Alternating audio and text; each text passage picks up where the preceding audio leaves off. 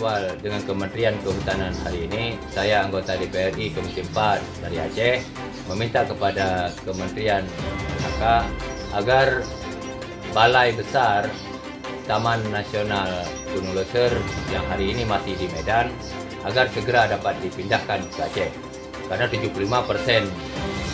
Taman Nasional Loser itu 75% di Aceh. Maka segera saya minta agar dipindahkan ke Aceh. Terima kasih.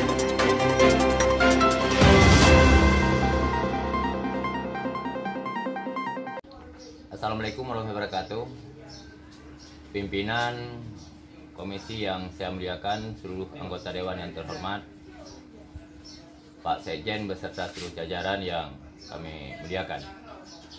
Izinkan dari Aceh saya menyampaikan beberapa hal. Yang pertama, Pak Sekjen, menyangkut dengan pusat pengendalian Taman Nasional Gunung Loser, di mana sama-sama kita pahami bahwa luas Gunung Loser 867.789 hektar atau 75%.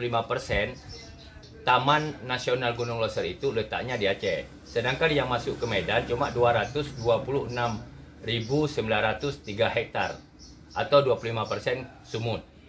Kenapa sampai hari ini pusat pengendalian Gunung Loser tidak di Aceh, masih di Sumut?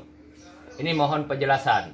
Mohon perhatian Pak Sekjen agar Taman Nasional Gunung Loser itu dapat terkendali di Aceh.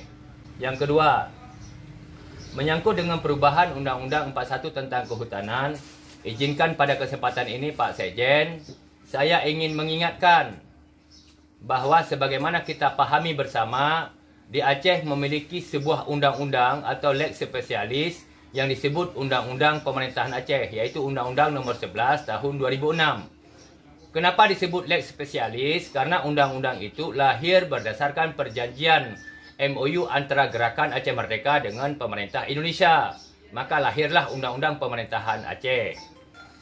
Maka oleh karenanya, pada kesempatan ini menyangkut dengan perubahan Undang-Undang 41, saya minta kepada Kementerian, Pak Sekjen beserta seluruh jajaran, Bu Menteri, agar memperhatikan kekhususan yang telah diberikan negara kepada Aceh, sehingga tidak terjadi konflik regulasi terhadap leg spesialis yang diberikan kepada Aceh dengan Undang-Undang Nasional.